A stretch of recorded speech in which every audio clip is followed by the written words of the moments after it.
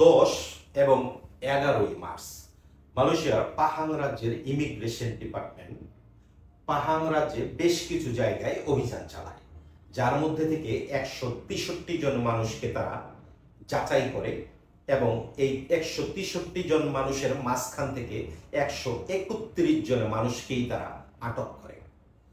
ভাবতে পারেন 163 জনের মধ্যে 131 জনকেই তারা আটক করছে। কথা হচ্ছে এই 131 জন মানুষ কি তাহলে অবৈধ? জি না। এই 131 জন মানুষের মধ্যেও বেশ কিছু মানুষ আছে যাদের ভিসা পাসপোর্ট আছে, বেশ কিছু মানুষ আছে যাদের ভিসা নাই। এখন কথা হচ্ছে এখানে ভিসা থাকা অবস্থায়ও কেন মালয়েশিয়ার ইমিগ্রেশন তাদেরকে আটক করছে?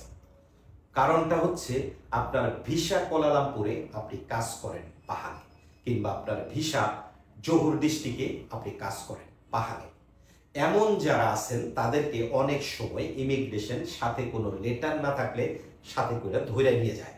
কারণ হচ্ছে এটাকে বলে তামপাট শালা। মালয়েশিয়ান ইমিগ্রেশনের নিয়ম অনুযায়ী আপনার এক জায়গায় ভিসা আপনি আরেক জায়গায় কাজ করতে পারবেন না। আপনি এক ধরনের ভিসা আরেক ধরনের কাজেও আপনি যেতে পারবেন না। মানে এমন কনস্ট্রাকশনের ভিসা আপনার কনস্ট্রাকশনের কাজই করতে হবে, রেস্টুরেন্টের ভিসা আপনার রেস্টুরেন্টের কাজ করতে হবে, ফ্যাক্টরির ভিসা ফ্যাক্টরির কাজ করতে হবে।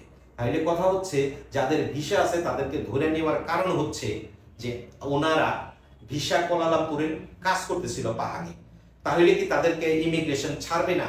জি না, বিষয়টা এমন না। যাদেরকে ইমিগ্রেশন ধরে নিয়ে গেছে ভিসা আছে তাদের বস যারা কিংবা এজেন্ট যারা, তারা যদি 14 দিনের মধ্যে ইমিগ্রেশনে যায় এবং যাওয়ার পরে বুঝাইতে পারে ইমিগ্রেশনে যে এটা আমার ওয়ার্কার, এই কোম্পানির সাথে আমার এগ্রিমেন্ট আছে, সেই ক্ষেত্রে ইমিগ্রেশন তাদেরকে ছেড়ে দেবে মাত্র 300 টাকা জরিমানা, যেটাকে সাধারণত বলে তামপাট শালা। এখন কথা হচ্ছে যাদের বস 14 দিনের মধ্যে ইমিগ্রেশনে যাবে না তাদের কি হবে? যদি ধরেন আপনার বস, আপনার ভিসা আছে, ভিসা থাকার পরেও আপনার বস আপনাকে 14 দিনের মধ্যে ইমিগ্রেশনে যোগাযোগ করলো না, কিংবা 15 দিন 20 দিনেও যোগাযোগ করলো না, সেই ক্ষেত্রে ইমিগ্রেশন আপনাকে ইমিগ্রেশনের কোর্টে তুলবে। কোর্টে তোলার পরে আপনার একটা সাজা শোনাবে, যেখানে হয়তো আপনার জরিমানা হবে, না হইলে সাজা কাটতে হবে। আপনার বাহির থেকে কোনো আত্মীয় স্বজন যদি আপনার জরিমানার টাকা দিয়ে দেয়, সেই ক্ষেত্রে ইমিগ্রেশন সাজার জন্য আপনাকে আর জেলে পাঠাবে না, আপনাকে পাঠাবে ক্যাম্পে।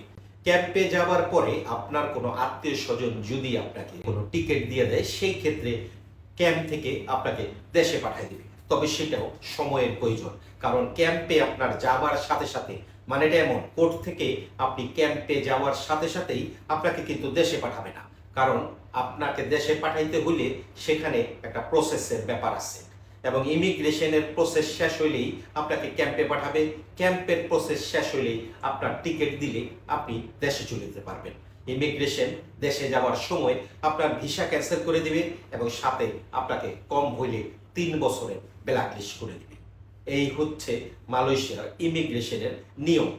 আপনার এক জায়গায় ভিসা আরেক জায়গায় কাজ করলে আপনি এই ধরনের সমস্যার সম্মুখীন হতে পারেন। ভালো থাকবেন, দেখা হবে নতুন কোনো ভিডিওতে, নতুন কোনো টপিকে।